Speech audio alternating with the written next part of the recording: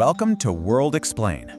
Right in the heart of New York City, towering above a restless sea of modern glass and steel, stands this fascinating artifact of a bygone era.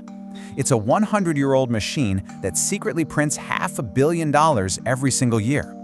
Built during an age of heavy rivet guns and steam power, it somehow remains one of the most ruthless, brilliantly efficient financial engines ever constructed by human hands.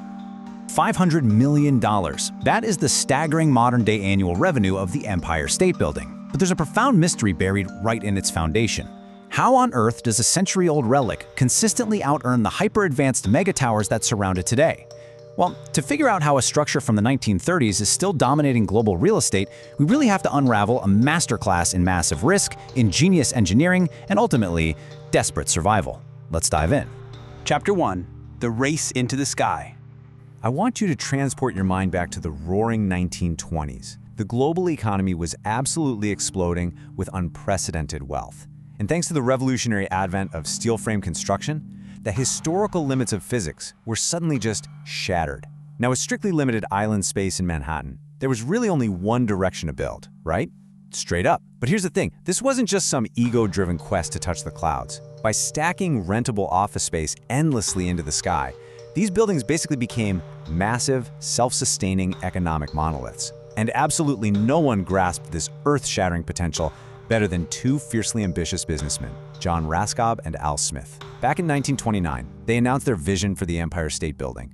And the goal wasn't just to be the tallest monument in the world. Oh no. The goal was to be the most ruthlessly profitable structure ever conceived. Chapter 2. The Skyscraper Profit Problem. But ambition alone can't defy physics or economics. The dark, suspenseful reality of early skyscraper development was that building upwards exponentially increased your costs. Think about it. Every new level added immense physical weight. That meant the lower levels required massively thicker, stronger support columns just to keep the whole thing from collapsing. And those thicker columns? They ate directly into your incredibly valuable ground floor space. Plus, there was a massive legal hurdle. To prevent these new steel giants from turning New York streets into permanently dark, shadowy canyons, the city enforced strict zoning laws. Specifically, a 25-degree sunlight angle was drawn from the center of the street. No building could cross this invisible, sloped line in the sky.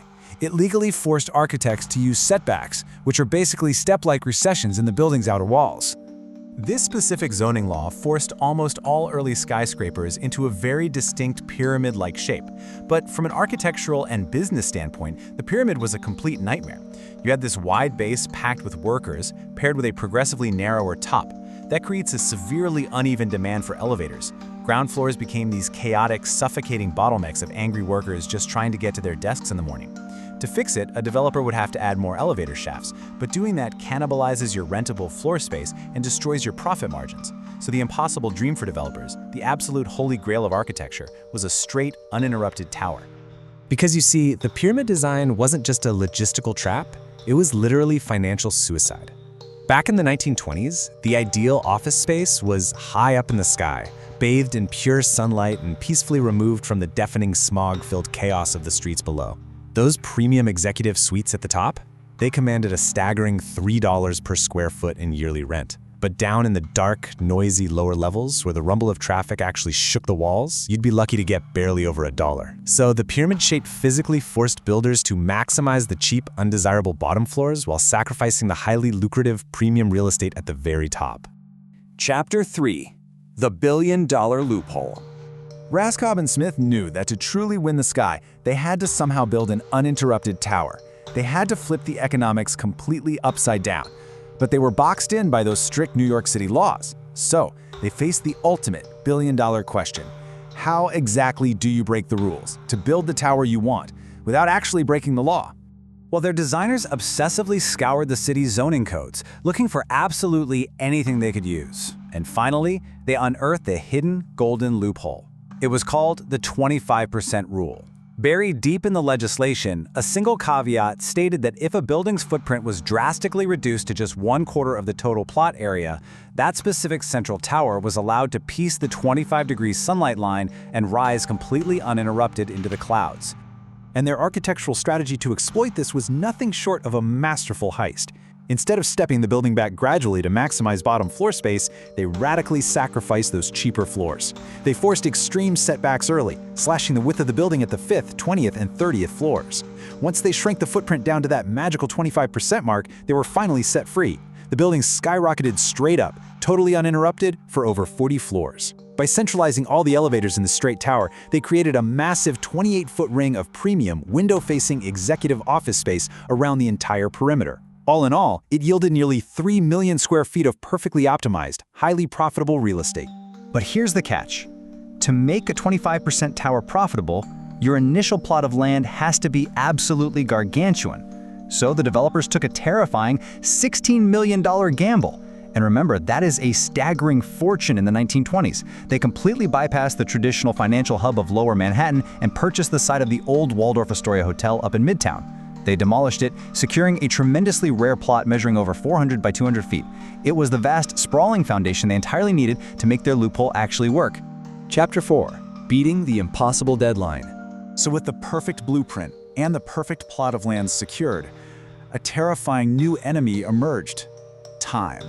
You see, in New York City, commercial leases were strictly signed on only 2 dates every year, May 1st and October 1st. If the Empire State Building missed the May 1st, 1931 deadline, it would sit completely empty. It would bleed millions of dollars in expenses for 6 agonizing months until October. They had just over a year to successfully construct the tallest structure in human history. To beat that ticking clock, they engineered a logistical miracle that had literally never been seen before. They prefabricated almost all the steel beams off-site so they were completely identical. They just snapped together like a giant, deadly puzzle. Over 3,000 laborers worked in a synchronized, incredibly dangerous ballet high above the city. They even laid down internal railway tracks right on the unfinished floors so they could move heavy materials instantly. And get this, they built fully functioning restaurants suspended in the sky so workers wouldn't waste precious time descending to the street just for lunch. The relentless, heavy clanking of rivet guns echoed across Manhattan as the steel frame rose an unbelievable 4 floors every single week. And against all odds, they achieved the impossible. The building was fully completed in just over a year. Not only did they shatter that May 1st deadline, but the supreme, ruthless efficiency of their logistics brought the total cost in at just $25 million. That's a massive $10 million under their original budget. It was a flawless, historic victory for architecture and finance. Chapter 5. The Accidental Gold Mine. Yet fate has a really cruel sense of irony, doesn't it? Because just as the champagne flowed and the ribbon was cut on this ultimate monument to American capitalism, the nation plunged into deep, impenetrable darkness. The Great Depression ravaged the country. 12 million people lost their jobs seemingly overnight, and wages plummeted by an agonizing 45%. This glorious, perfectly optimized money-making machine opened its doors to a complete ghost town. Struggling to fill even a quarter of its premium office space, it became a national laughingstock. People actually gave it a devastating nickname: the Empty State Building.